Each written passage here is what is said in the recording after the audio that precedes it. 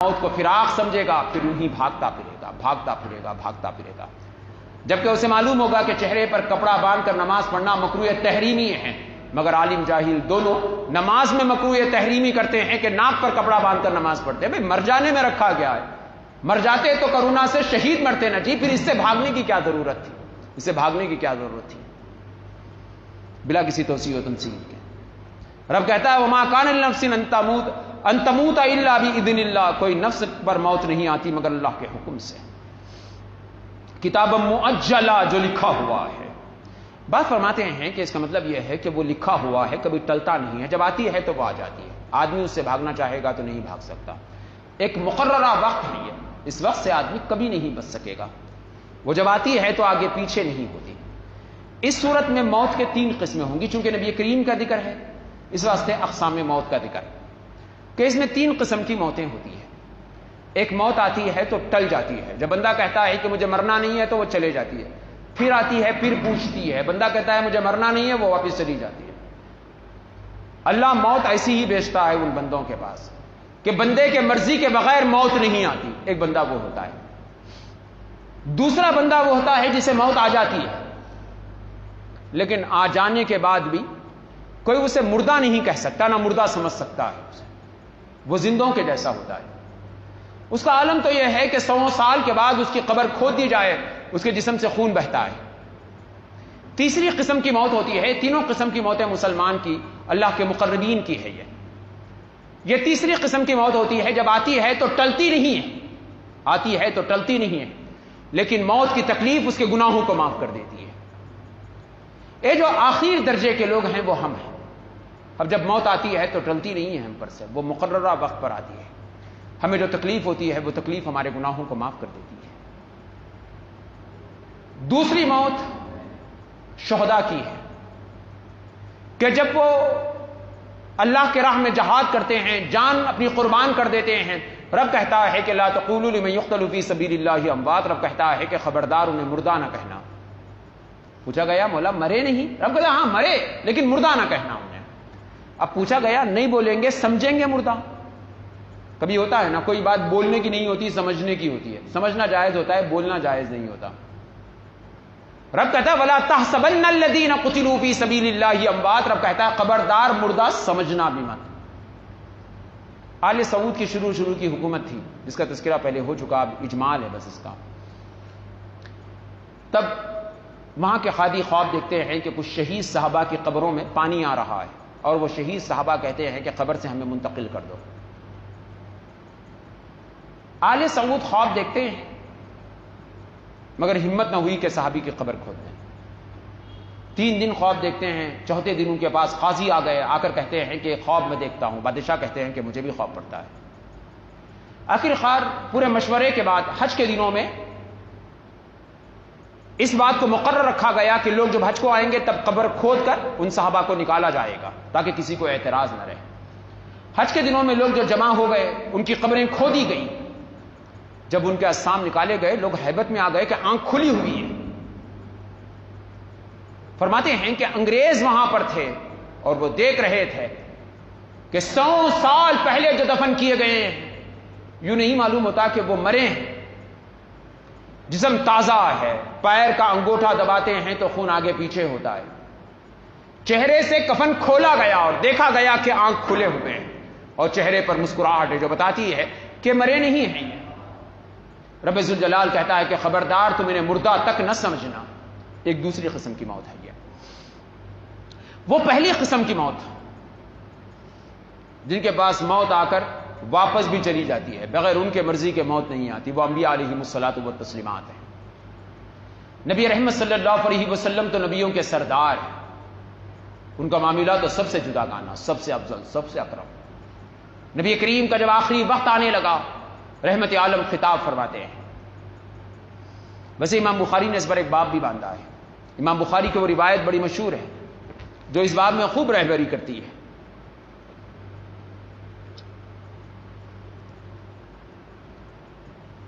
حضرت موسیٰ پیغمبر کے متعلق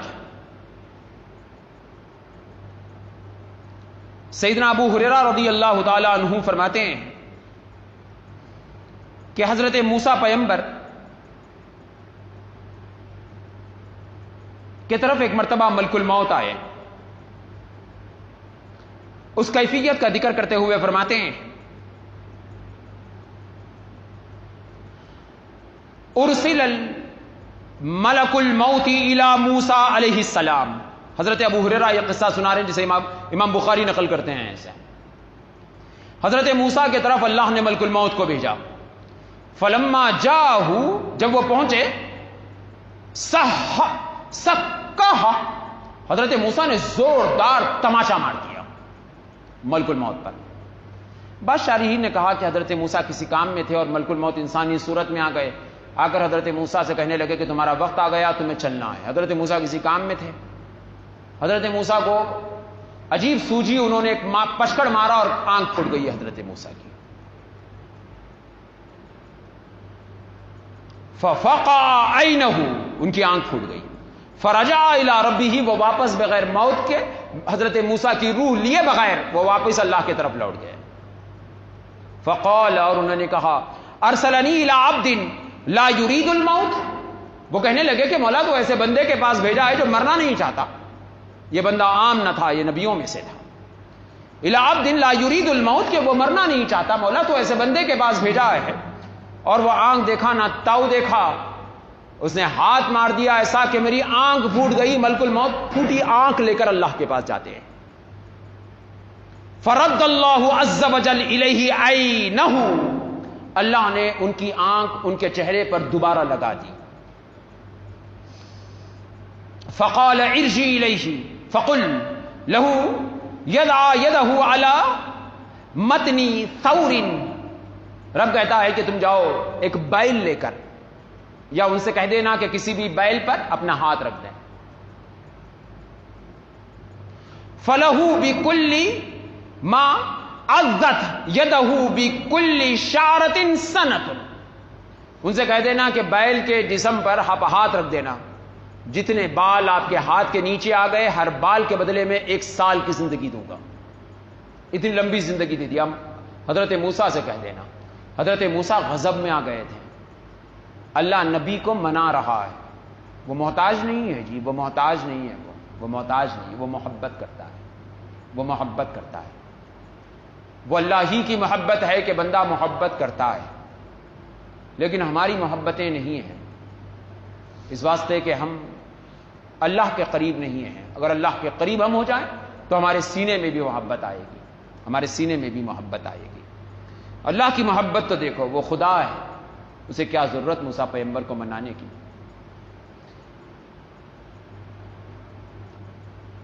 حضرت ملک الموت آ گئے. حضرت موسیٰ نے آ کر ہاتھ رکھ دیا. اس کے بعد حضرت موسیٰ کہتے ہیں قال ای ربی ثم ما. وہ پوچھتے ہیں کہ مولا اب تو ہاتھ رکھ دیا, جتنے بال آ گئے اتنے سالوں کی عمر بھی آپ دے دیے, اس کے بعد کیا ہوگا؟ جتنے بھی 1000 2000 10,000 جو کچھ کے ہاتھ کے نیچے بال آ گئے, وہ 10-15 ہزار سال کے بعد تو مرنا ہے نا. وہ پوچھنے لگے حضرت موسیٰ اس کے بعد کیا ہوگا؟ قال الموت. اللہ نے کہا کہ موسیٰ اس کے بعد موت آئے گی. پھر اس واسطے کہ مرنا ضرور ہے, مرنا ضرور ہے. قال فالآن. انہوں نے کہا مولا جب مرنا ہے تو اب کیوں نہیں؟ انہوں نے کہا مولا جب مرنا ہے تو اب کیوں نہیں؟ قال فالآن. فسأل اللہ عز وجل. اس کے بعد انہوں نے اللہ سے دعا کی ان یدنیہ من الارض المقدس رمیتا بحجر. انہوں نے کہا کہ مولا میں بیت المقدس سے بہت دور ہوں, مجھے قریب کر لے بیت المقدس کے, اتنا کہ وہاں سے بچہ بنڈا پھینکے, پتھر پھینکے تو بیت المقدس تک پہنچ جائے, اتنا قریب کر لے مجھے بیت المقدس سے. فقال رسول اللہ صلی اللہ علیہ وسلم. اتنا سا واقعہ سنانے کے بعد نبی اکرم فرماتے ہیں فلو کنت ثم. نبی اکرم فرماتے ہیں کہ اگر تم وہاں رہو گے, میرے ساتھ تم وہاں رہتے اگر, تو میں تمہیں بتا دیتا کہ موسیٰ, حضرت موسیٰ کی قبر کہاں ہے. امام بخاری فرماتے ہیں کہ انبیاء علیہ الصلاۃ والتسلیمات کی وہ ذات ہوتی ہے جب موت آتی ہے تو ان کے اجازت سے آتی ہے, ان کی مرضی مرنے کی نہیں ہوتی تو واپس چلی جاتی ہے. نبی کریم صلی اللہ علیہ وسلم تو نبیوں کے سردار ہیں. نبی کریم صلی اللہ علیہ وسلم فرماتے ہیں کہ ایک بندہ ہے اللہ کا، ایک بندہ ہے اللہ کا، اللہ اس بندے سے کہتا ہے جو تم چاہتے ہو تمہیں وہ دوں جو تم چاہو، یعنی دنیا، اگر تم چاہو دنیا تو دنیا دوں، اگر تم چاہو وہ چیز جو میرے پاس ہے تو وہ دوں۔ تو بندے نے کہا کہ مولا مجھے وہ دے جو تیرے پاس ہے۔ ایک واقعہ تھا، نبی کریم خطبہ حجۃ الوداع دے کر آئے تھے، بس یہی دن تھے وہ کہ نبی کریم خطبہ حجۃ الوداع دے کر آئے تھے۔ راستے میں مقام خم پر سیدنا علی کے ولایت کا اعلان ہوا تھا، رحمت عالم پر بخار سوار ہو گئی تھی، نبی کریم صلی اللہ علیہ وسلم اس علالت میں تھے، لیکن مسجد میں آیا جایا کرتے تھے، نبی کریم نمازیں ہوتی رہتی تھی نبی کریم کی۔ ایک دن نبی کریم صلی اللہ علیہ وسلم نماز کے لیے اٹھنا چاہتے ہیں مگر اٹھ نہیں پا رہے تھے، رحمت عالم کا دل بے چین تھا کہ مسجد کو چلے جائیں، اور صحابہ میں آہ و بکا تھی، صحابہ انتظار کر رہے تھے کہ اب آئیں گے اب آئیں گے اب آئیں گے۔ آپ جو حی علی الصلاح حی علی الفلاح پر اٹھتے ہیں وہ اسی وجہ سے تھا کہ صحابہ اقامت پر نہیں ٹھہرتے تھے، اقامت ہوتے رہتی تھی، صحابہ انتظار کرتے تھے کہ مصطفیٰ آئیں گے تو ہم اٹھیں گے۔ نبی کریم اکثر حی علی الصلاح حی علی الفلاح پر حجرے مبارکہ سے باہر نکلتے تھے، صحابہ دیکھتے ہی قیام فرماتے تھے، گویا کہ یہ قیام نماز نہ تھا، یہ قیام تعظیم محمد الرسول اللہ تھا، یہ قیام تعظیم محمد الرسول اللہ تھا کہ جب وہ آتے مصطفیٰ تو وہ کھڑے ہو جاتے تھے۔ اب وقت گزرتا جا رہا ہے، ادھر بلال اقامت نہیں دیتے، انتظار مشکل ہوتا جا رہا تھا، صحابہ میں آؤ بکا شروع ہو گئی، رونے کی آوازیں بلند ہونے لگی۔ نبی کریم پوچھتے ہیں کہ کیسی آواز ہے؟ صحابہ کہتے ہیں، اندر سے گھر کی عورتیں کہتی ہیں اللہ کے نبی صحابہ انتظار کر رہے ہیں، ان کی ہمت نہیں ہے اتنی کہ آپ کا اتنا دیر سے جانا وہ برداشت نہ کر سکیں گے۔ نبی کریم صلی اللہ علیہ وسلم کہتے ہیں کہ میں کیوں نہ ان کی طرف چلے جاؤں۔ اٹھنا چاہتے تھے، اٹھ نہیں سکتے تھے، اتنی بخار شدید کے پسینہ بہہ رہا تھا۔ ام المؤمنین بی عائشہ صدیقہ رضی اللہ تعالیٰ عنہا کہتی ہے کہ اتنا پسینہ بہ رہا تھا مصطفیٰ کے جسم پاک سے کہ میں نے اتنا پسینہ کسی کا نہیں دیکھا، اور نبی کریم بار بار کہتے تھے کہ اللہ اس سکرات کو میری آسان کر، اس سکرات کو میری آسان کر۔ نبی کریم صلی اللہ علیہ وسلم اٹھنا چاہتے تھے مگر اٹھ نہیں پاتے تھے۔ فرماتے ہیں کہ قریب ایک بالٹی پانی، ایک بکیٹ اتنا پانی نبی کریم صلی اللہ علیہ وسلم کے جسم مبارک کو بخار کی تپش کو سرد کرنے کے لیے استعمال کیا گیا۔ اس کے بعد جا کر تھوڑا سا قرار آیا مصطفیٰ کو۔ نبی کریم مسجد میں آئے اور نبی کریم صلی اللہ علیہ وسلم نے نماز پڑھوائی۔ بعد نماز نبی کریم صلی اللہ علیہ وسلم کے لیے ایک ممبر رکھا گیا، یا مسجد نبویہ کا ممبر تھا، رحمت عالم صلی اللہ علیہ وسلم ممبر پر سوار ہو گئے۔ کتنا آسان ہے نہ سن لینا پڑھ لینا آج ہمارے لیے، صحابہ کے لیے قیامت تھی، یہ قیامت تھی۔ کبھی تو خیال آتا ہے کہ اچھا ہوا کہ مصطفیٰ کے زمانے میں پیدا نہ ہوئے، اگر پیدا ہوتے تو ابو جہل کے ساتھ ہوتے ہیں۔ وہ تو صحابہ تھے جو نبی کریم کے فراق کو قطعاً برداشت نہیں کر پاتے تھے۔ فرماتے ہیں کہ تیسرا دن تھا مصطفیٰ کا وفات مبارکہ سے پہلے۔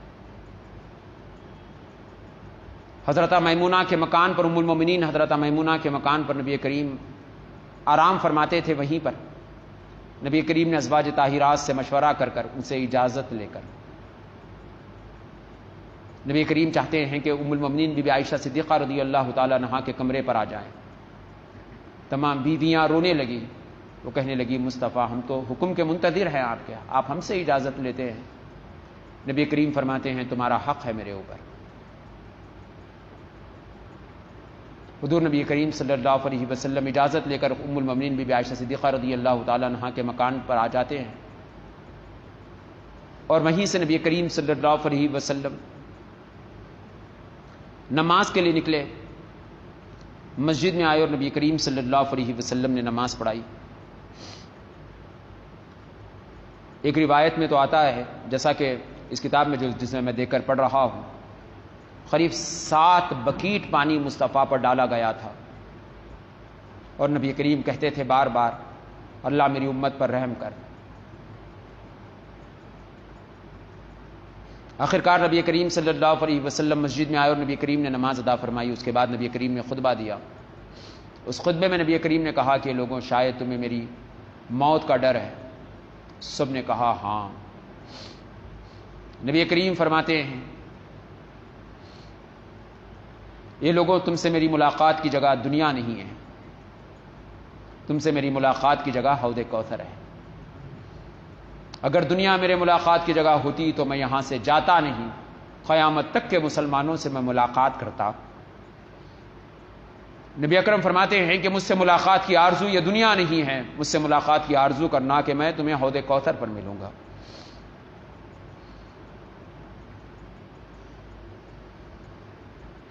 نبی اکرم فرماتے ہیں مجھے تم پر تنگ دستی کا خوف نہیں ہے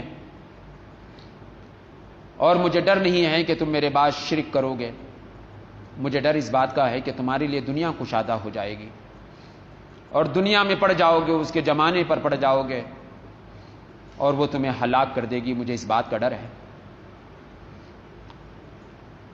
نبی کریم فرماتے ہیں کہ اللہ سے ڈرتے رہو، اللہ معاف کرے ہمیں کہ نبی کریم فرماتے ہیں کہ نماز کی پابندی کرنا۔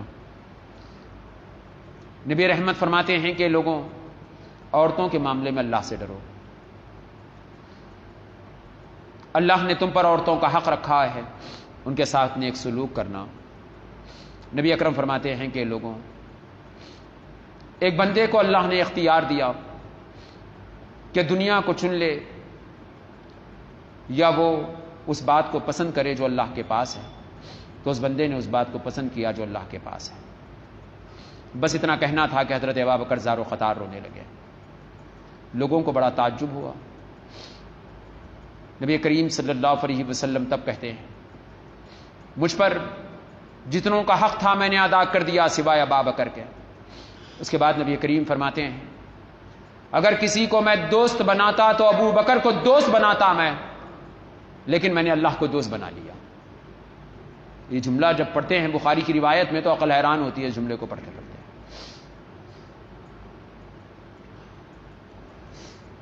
فرماتے ہیں کہ نبی کریم صلی اللہ علیہ وسلم اس کے بعد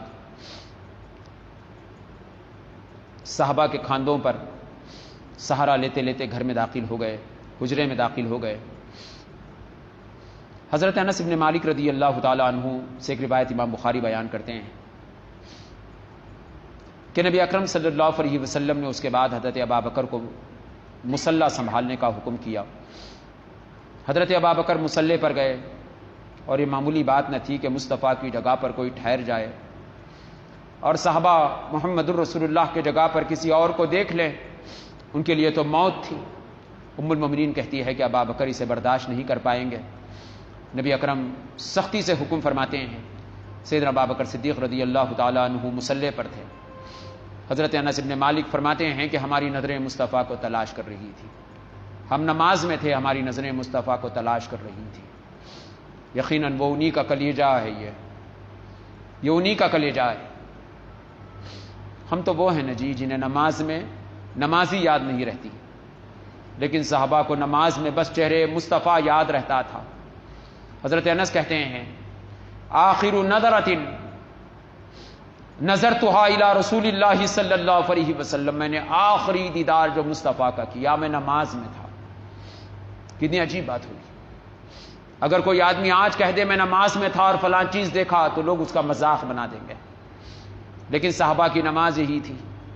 سجدہ رب کو تھا، قبلہ مصطفیٰ بنے رہتے تھے ان کا، ان کے دلوں کا قبلہ، ان کا روحوں کا قبلہ مصطفیٰ، ان کی چاہتوں کا قبلہ مصطفیٰ، ان کی طلب کا قبلہ مصطفیٰ، ان کے جسموں کا قبلہ کعبہ تھا تو ان کے شوق کا قبلہ مصطفیٰ۔ سیدنا انس کہتے ہیں کہ ہم نماز پڑھ رہے تھے، حضرت ابوبکر امامت کر رہے تھے۔ کشف الستارۃ فرماتے ہیں کہ نبی کریم نے کھڑکی سے کپڑا ہٹایا، پردہ تھا، اس پردے کو مصطفیٰ نے ہٹایا۔ حضرت انس کہتے ہیں یوم الاثنین، وہ پیر کا دن تھا، فنظرت الی وجہی، میں نے ان کا چہرہ دیکھ لیا۔ اب غور کرنے کی بات ہوگی، سب مورخین کہتے ہیں کہ کھڑکی قبلے کے طرف نہیں تھی، کھڑکی قبلے کے طرف نہیں تھی، دائیں یا بائیں قبلہ کھڑکی تھی۔ آخر نماز میں صحابہ دیکھ لیے مصطفیٰ کے چہرے کو، تو دیکھو کہ صحابہ کی دیوانگی کا کیا عالم ہے۔ اور حد دیوانگی تو لفظ میں ملتی ہے، شارحین ایک طرف، صحابہ کا اظہار ایک طرف، حد دیوانگی تو لفظ میں ملتی ہے۔ حضرت انس کہتے ہیں فنظرت الی وجہی، میں نے مصطفیٰ کا چہرہ دیکھا، کأنہ ورقۃ مصحف۔ ہائے، کوئی نہیں کہہ سکتا ہے جملہ، اگر کوئی کہے گا تو کافر ہو جائے گا، شاید لوگ کہیں گے کافر ہو گیا آپ سے۔ وہ کہتے ہیں کہ میں نے مصطفیٰ کے چہرے کی طرف دیکھا، میں نے دیکھا کہ مصطفیٰ کا چہرہ تو قرآن ہے، ورقۃ مصحف، میں نے دیکھا کہ قرآن کا ورق کھلا ہوا ہے اور انوارات الہیہ کا نزول ہو رہا ہے۔ والناس خلف ابی بکر، اور لوگ حضرت ابا بکر کے پیچھے تھے، اور یہ آخری دیدار مصطفیٰ تھا۔ ان دیوانوں کے لیے کوئی آسان بات نہ تھی کہ نبی کریم کی وفات مبارکہ کو وہ سہ لیتے۔ فرماتے ہیں کہ نماز فجر کے بعد صحابہ یہاں وہاں سے جمع ہونے لگے، آگ سے زیادہ تیزی سے یہ بات پھیلنے لگی، دیوانگان مصطفیٰ بے چین مدینے میں آنے لگے۔ جب صبح کی اولین ساعتیں تھیں، اچانک گھر کے باہر شور ہوا کہ محمد الرسول اللہ وفات کر گئے۔ اللہ مقامات بلند کرے مصطفیٰ کے، اللہ ہر آن ان پر اپنے درجات بلند کرے، ان کے درجات بلند کرے، اللہ ان پر ہر آن درود و سلام کو بھیجے۔ وہ نبی ہے جسام کے، وہ نبی ہے روحوں کے، وہ نبی ہے قلب کے، وہ نبی ہے ریشے بدن کے، وہ نبی ہے بال کے، وہ نبی ہے قطرے آنسو کے، وہ نبی ہے ہر نظارے کے، وہ نبی ہے ہر سماعت کے، وہ نبی ہے ہر سانس کے، وہ نبی ہے کائنات کے ذرے ذرے کے، وہ رحمت ہے پوری کائنات کی۔ اللہ جتنی تیری رحمت ہے اور خلقت کی جتنی حرکتیں ہیں مولا، وہ تمام کے برابر مصطفیٰ پر درود و سلام بھیج، کہ یقیناً محمد رسول اللہ نے حق ادا کیا اپنی امت کا، اور کائنات چشم فلک سے ان کا مثل کسی کو نہ پاتی ہے، آج تک نہ پائی ان سے پہلے کبھی۔ نبی رحمت صلی اللہ علیہ وسلم کی وفات مبارکہ کی خبر آنا تھا، فرماتے ہیں کہ حضرت علی دیوانہ وار روتے تھے اور بے ہوش ہو جاتے تھے۔ صحابہ کا عالم یہ تھا، فرماتے ہیں کہ کسی کا ہوش ہی معلوم نہیں ہوتا تھا۔ امام جلال الدین سیوطی فرماتے ہیں کہ کیا انسانوں کا تصور۔ امام جلال الدین سیوطی کہتے ہیں کہ ایک زوردار سی آواز آئی نبی کریم کے پردہ فرمانے کے 3 دن کے بعد۔ لوگ جا کر دیکھتے ہیں کہ گدھا مرا ہوا اوپر تیر رہا ہے۔ امام جلال الدین سیوطی کہتے ہیں کہ ایک گدھا تھا، کسی یہودی کے طرف سے محمد الرسول اللہ کو ہدیے میں ملا تھا، جس کے نسل پر انبیاء سوار ہوتے تھے۔ جب مصطفیٰ کے وفات کی خبر باہر آئی، گدھے کو معلوم ہوئی۔ گدھا اتنا وارفتہ ہوا کہ دوڑتا گیا، ایک بولی دیکھی، کھودا اور اپنی جان دے دیا۔ گدھا کر سکتا تھا، انسان تو یہ نہیں کر سکتا۔ انسان قیدوں میں بندھا ہوا ہے، قانون میں بندھا ہوا ہے، وہ ایسا تو مر نہیں سکتا تھا۔ فرماتے ہیں کہ ایسے میں حضرت ابوبکر رات مسجد نبویہ میں گزارے تھے۔ کسی مذہبی کام کی وجہ سے انہیں مدینے کے باہر جانا پڑا تھا، ایک کوس کے دور بھی نہ تھے۔ حضرت ابوبکر کو اطلاع ہوئی، حضرت ابوبکر غم کے مارے بیٹھ گئے۔ کچھ اپنے آپ کو حضرت ابوبکر نے سنبھالا اور وہ اندر آئے نبی کریم کے طرف، اور حضور نبی کریم کے چہرے مبارکہ سے انہوں نے کپڑا ہٹایا اور نبی کریم کے پیشانی پر انہوں نے بوسہ دیا۔ اس کے بعد انہوں نے کہا کہ اللہ کے نبی، ہم سب دیکھ سکتے ہیں مگر یہ دیکھ نہیں سکتے، مگر اللہ نے اس بات کو پسند کیا جو اسے پسند ہے۔ ہمیں یہ بات پسند تھی لیکن اللہ نے وہ بات پوری کر دی جو اسے پسند ہے، اور ہم راضی اللہ کے ساتھ۔ انہوں نے نبی کریم کے پیشانی مبارکہ پر بوسہ دیا اور چہرے پر واپس کفن مبارک کو برابر کر دیا، کپڑے مبارک کو انہوں نے برابر کر دیا۔ وہ واپس مسجد نبویہ میں آئے۔ اس کے بعد انہوں نے یہ آیت پڑھی، وما محمد الا رسول. حضرت عمر فاروق مسجد میں تھے, ہاتھ میں تلوار لیے پھر رہے تھے. وہ کہتے تھے کہ اگر کوئی کہے گا کہ محمد الرسول اللہ انتقال کر گئے تو خبردار میں اس کی گردن کاٹ دوں گا. دیوانے ہو چکے تھے اب حضرت عمر. ہیبت کا عالم تھا. وہ کہتے, حضرت عمر کہتے بار بار کہ نہیں, مصطفیٰ واپس آئیں گے, وہ وہی لانے گئے ہیں. یہ وہی کی ایک صورت ہے, موت مصطفیٰ پر کیسے آئے گی, وہ تو اللہ کے محبوب ہے جی. حضرت عمر کے ہاتھ کی تلوار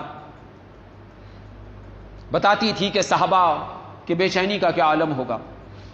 حضرت ابوبکر اللہ ان کے مقامات کو بلند کرے, انہوں نے امت کو سنبھال لیا. حضرت ابوبکر صدیق رضی اللہ تعالیٰ عنہ ممبر پر آئے, انہوں نے یہ آیت پڑھی وما محمد الا رسول. انہوں نے کہا کہ مصطفیٰ سوائے اس کے کچھ نہیں کہ وہ اللہ کے رسول ہیں. اور کچھ نہیں کا ذکر ہم گزشتہ کر چکے ہیں. اس سے مراد کوئی مرتبے کی نفی نہیں ہے, اس سے مراد یہ ہے کہ اللہ میں کچھ نہیں ہے, اللہ کے شریک نہیں ہے. بہت مرتبے ہیں, نبیوں کے سردار ہے, کائنات خیرات لیتی ہے ان سے, لیکن الہیت میں وہ شریک نہیں ہے. وہ یہ بتانا تھا, جو الہیت میں شریک نہیں اسے موت آئے گی نہ جی. قد خلت من قبلہ الرسل. حضرت ابوبکر نے کہا کہ جو رسول آئے سب واپس چلے گئے. افإن مات او قتلا, اور وہ انتقال کر گئے. اس کے بعد حضرت ابوبکر نے آگے کا حصہ پڑھا اور حضرت ابوبکر نے کہا کہ کیا اس کی وجہ سے تم واپس مڑ جاؤ گے؟ وَمَن يَنْقَلِبْ عَلَىٰ عَقِبَيْهِ فَلَن يَضُرَّ اللَّهَ شَيْئًا. جو واپس مڑ جائے گا وہ اللہ کا کچھ نہ بگاڑے گا, خود اسے تکلیف, خود وہ اپنے آپ کو نقصان میں ڈالے گا. حضرت ابوبکر نے برملا کہا. اس کے بعد جو محمد الرسول اللہ کی عبادت کرتا تھا وہ یہ سمجھ لے کہ محمد الرسول اللہ پر وفات آ گئی, اور جو اللہ کی عبادت کرتا تھا وہ یہ جان لے کہ اللہ آج بھی زندہ ہے. فرماتے ہیں کہ یہ سننا تھا. حضرت عمر کہتے ہیں کہ مجھے ایسا معلوم ہوتا تھا کہ یہ آیت آج ہی نازل ہوئی. حضرت عمر فاروق رضی اللہ تعالیٰ عنہ کو قرار آیا, صحابہ کو قرار آیا. آخرکار صحابہ نبی کریم صلی اللہ علیہ وسلم کے غسل مبارکہ کی تیاری کرتے ہیں. حضرت ابوبکر سیدنا علی کرم اللہ وجہ الکریم کو طلب فرماتے ہیں. سیدنا علی کہتے ہیں کہ نبی کریم نے وصیت فرمائی ہے کہ غسل مبارک آل مصطفیٰ دے. حضرت عباس رضی اللہ تعالیٰ عنہ کے دو بیٹے اور سیدنا علی کرم اللہ وجہ الکریم نبی کریم کو کپڑوں کے اوپر سے غسل مبارک فرماتے ہیں. اور ایک قنات باندھ دی گئی جس کے اندر دیکھنا قطعاً ممنوع تھا, کہ کسی آدمی کو اجازت نہ تھی کہ اندر آ جائے اور کوئی دیکھے. لیکن صحابہ تھے. فرماتے ہیں کہ ایک باریک سا وہ نالا نہیں بھائی, پانی جانے کے لیے راستہ بنایا گیا تھا جس میں غسل پاک کے بعد وہ مقدس پانی بہہ رہا تھا. ایک صحابی گئے, جیسا کہ امام جلال الدین سیوطی بیان کرتے ہیں کہ وہ بے چینی کے ساتھ اس پانی کے راستے کے طرف گئے. دل میں خیال آیا کہ جھک کر مصطفیٰ کا دیدار کر لیں. فرماتے ہیں کہ جھک کر وہ جھانکتے ہیں, جھانکنا ہی تھا کہ چیخ مارے اور بے ہوش ہو گئے. اس کے بعد جب ہوش آیا انہیں تو آنکھ کی روشنی نہ تھی ان کی. لوگوں نے پوچھا کیا ہوا؟ وہ کہتے ہیں کہ جب میں خنات کے اندر جھانکتا ہوں میں دیکھتا ہوں کہ ایک نور ہے زمین سے آسمان تک, اور اس کی تاپ میری آنکھ نہ لا سکی. نبی کریم کے جسم مبارکہ پر جو کپڑا تھا اسی پر سے غسل دیا گیا. بعض کہتے ہیں کہ پیر کے دن وفات شریفہ ہوئی تو منگل کے دن نبی کریم کی تدفین مبارکہ ہوئی, اور بعض کہتے ہیں کہ چاشمبے کی صبح کو تدفین مبارکہ ہوئی. باہر تختے پر نبی کریم صلی اللہ علیہ وسلم کے جسد مبارکہ کو رکھا گیا. سوال ہوا کہ تدفین کہاں ہوگی؟ سب حیرانی میں تھے. کچھ کہتے تھے کہ جنت البقیع میں تدفین کیا جائے, کچھ کہتے تھے کہ مسجد میں ہی تدفین کیا جائے. حضرت ابوبکر پھر ممبر کے پاس آتے ہیں اور حضرت ابوبکر کہتے ہیں کہ محمد الرسول اللہ نے کہا کہ نبی وہیں پر مدفون ہوتے ہیں جہاں ان پر موت واقع ہوتی ہے, وفات مبارکہ واقع ہوتی ہے. چونکہ حجر عائشہ میں ام المؤمنین سیدہ عائشہ صدیقہ رضی اللہ تعالیٰ عنہا کے حجر مبارکہ میں چونکہ یہ کیفیت مصطفیٰ پر آئی تھی, اس واسطے وہیں پر نبی کریم کی آخری آرام گاہ بنائی جانے لگی. نبی کریم کو ایک تخت مبارک پر رکھا گیا, اور صحابہ کہتے ہیں جیسا کہ راویین نے نقل کیا, امام جلال الدین سیوطی اور بالخصوص بدایہ والنہایہ میں حافظ عماد الدین ابن کثیر, کہ نبی کریم کی نماز نہیں ادا کی گئی. یا پھر نبی کریم کی نماز ایسے ادا نہیں کی گئی جیسے عام مسلمانوں کی ہوتی ہے. عام مسلمانوں کی نماز میں چونکہ مسلمان کے لیے مغفرت کی دعا ہوتی ہے، مغفرت کی دعا تو اس کے لیے نہ جی جو گناہ کیا. مصطفیٰ تو سر سے پیر نیکی ہے، جو وہ کر لیے نیکی بن گیا. انہوں نے کنگا کیا تو کنگا کرنا نیکی ہو گیا. انہوں نے بیویوں کے ساتھ بیٹھ کر ناشتہ کیا تو بیویوں کے ساتھ بیٹھ کر ناشتہ کرنا نیکی بن گئی. نیکی تو بس ان کے اشارے کا نام ہے، ان کی حرکت کا نام ہے، ان کے عمل کا نام ہے. وہ تو گناہ سے معصوم. اب ان کے لیے کیسے دعا کر سکتے ہیں؟ اللہ مغفرہ ورحمہ کی دعائیں کیسے کی جا سکتی ہے مصطفیٰ کے لیے؟ فرماتے ہیں کہ سب سے پہلے فرشتے آئے اور نبی کریم صلی اللہ علیہ وسلم کے لیے وہ آخری درود و سلام پیش کیے اور چلے گئے. اس کے بعد صحابہ اکرام رضوان اللہ تعالی علیہ مجمعین آئے، جس کے متعلق امام طبری نے یہ بیان کیا کہ صحابہ گئے نبی کریم کے سامنے اور وہ ٹھہرے اور وہ کہنے لگے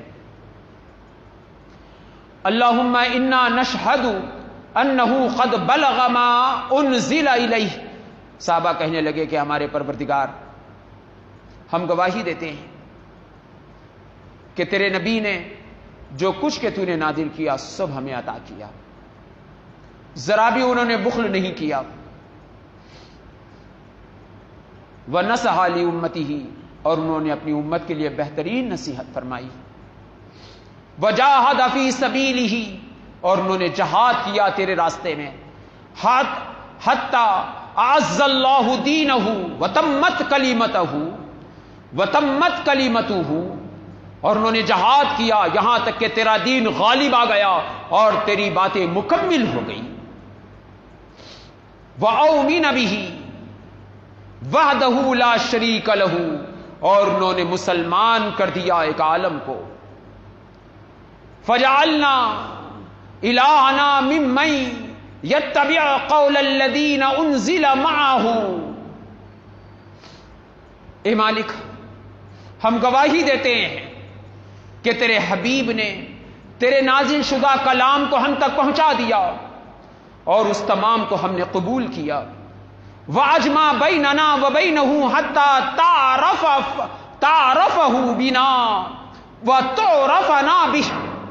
یا اللہ، ہمیں ایسا ملا مصطفیٰ سے کہ جب مصطفیٰ ہمیں دیکھے تو پہچان لے، اور جب ہم مصطفیٰ کو دیکھے تو پہچان لے.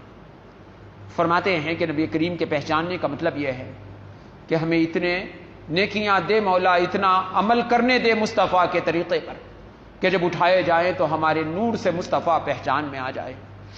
اور ہمارے پہچاننے کا مطلب یہ کہ مولا ہمیں ایمان پر مر کہ مسلمان ہی پہچانے گا انہیں، ورنہ کافر تو کہے گا کہ لا ادری، میں نہیں پہچان پایا مصطفیٰ کو. فَإِنَّهُ كَانَ بِالْمُؤْمِنِينَ رَءُوفًا رَحِيمًا.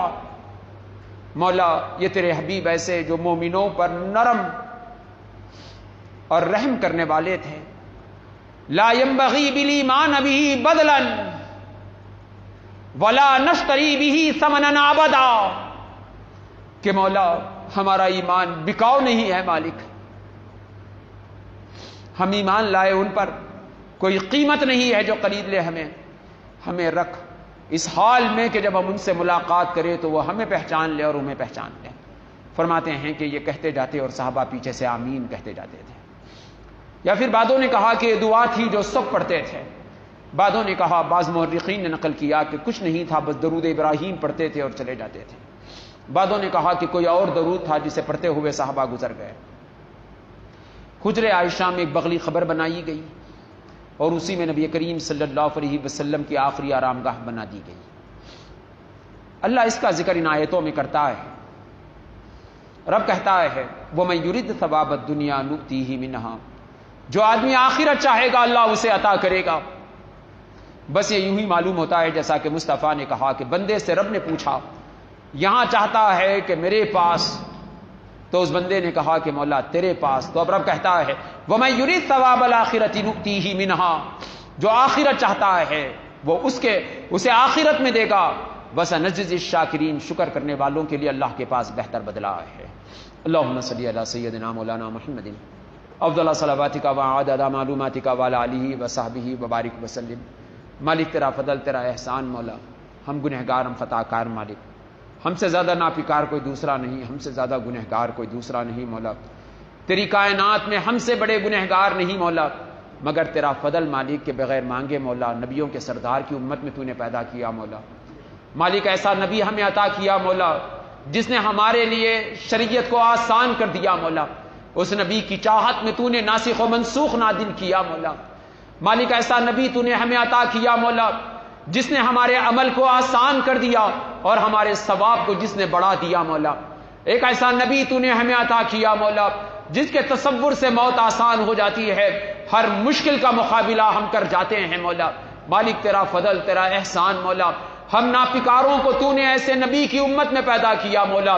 حضرت عیسیٰ کی جبین ترس رہی ہے تیرے سجدوں میں مولا کہ ان کی امت میں پیدا ہو جائے مولا۔ تیرا فضل، تیرا شکر مولا کہ ہم گنہگاروں پر تو نے یہ فضل کر دیا۔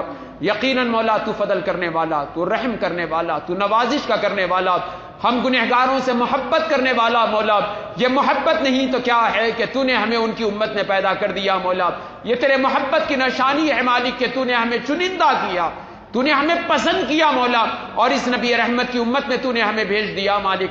مالک ہم سے محبت کرنے والے رب ہمارے دعاؤں کو قبول کر، مصطفیٰ کے آل میں برکت دے مولا، قیامت تک ان کی آل کو ترقیاں عطا کر مولا، سر بلندیاں عطا کر مولا، کبھی غریب نواز کی صورت میں، کبھی تو غوث آدم کی صورت میں مولا ہم نے انہیں پایا ہے مولا۔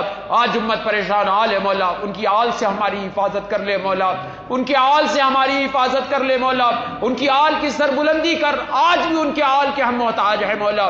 ان کے آل میں ایسے امام پیدا کر مولا جو ہماری نگہبانی کرے مولا۔ مالک فضل احسان کر، امت مصطفیٰ کی آل میں برکت دے مولا، امت مصطفیٰ پر رحم کر مولا، نبی کریم کے صحابہ کے مقامات کو بلند کر مولا، نبی کریم کے ازواج کے مقامات کو بلند کر مولا، نبی کریم کے پنجتن پاک کے مقامات کو بلند کر مولا۔ مالک نبی کریم کے مقامات کو بلند کر مولا، مالک نبی کریم پر تیرے انوارات و تجلیات کا نزول آران فرما مولا۔ سرتپا مصطفیٰ نور ہی نور مولا، اس نور میں اور اضافہ کر مولا، مقام محمود پر مصطفیٰ کو فائز کر مولا، مقام شفاعت ہمیں دکھا مصطفیٰ کا مولا، ان کی شفاعت ہمیں دکھا مولا، ان کے مقامات کو مزید بلند کر مولا، ان کی فضیلتوں کو مزید بلند کر مولا، ان کے حسن و جمال میں مزید اضافہ کر مولا، ان کے فیضان میں مزید اضافہ کر مولا، ان کے مقامات کو مزید بلند تر کر مولا، تیری خلقت کے برابر مولا، دریا کے قطروں کے برابر مولا، مچھلیوں کے پھڑپھڑانے کے برابر مولا، دریا کے تہوں میں اگنے والے ان درختوں کے برابر مولا، لینے والے سانسوں کے برابر مولا۔ مالک فضل کر کے اس سے زیادہ درود مولا نبی کریم صلی اللہ علیہ وسلم، ان کے آل پاک، ان کے ازواج پاک، ان کے صحابہ پر بھیج مولا۔ مالک نبی کریم صلی اللہ علیہ وسلم کے مقامات کو بلند کر مولا۔ مالک ہمیں رکھ اس دنیا میں مولا ان کے دیوانوں میں، ان کے مستانوں میں مولا، رکھ ہماری اولاد کو مولا، رکھ ہماری عورتوں کو مولا، رکھ ہمارے ماں باپ کو مولا، ان کے دیوانوں، ان کے مستانوں میں، ان کا صدقہ کھانے والوں میں مولا، محشر میں اٹھا مولا، ان کے صدقے میں جنت عطا کرنے کے لیے مولا، ان کے صدقے میں بخشش دینے کے لیے مولا، مقامات بلند کر ہمارے آقا کے مولا۔ اس محفل کو فاتحہ کرتے ہیں مولا، ویسے ہماری زندگی فاتحہ ہے ان کے لیے مالک جو کچھ کے ہمارا ہے مولا سب انہی کا دیا ہوا ہے مولا۔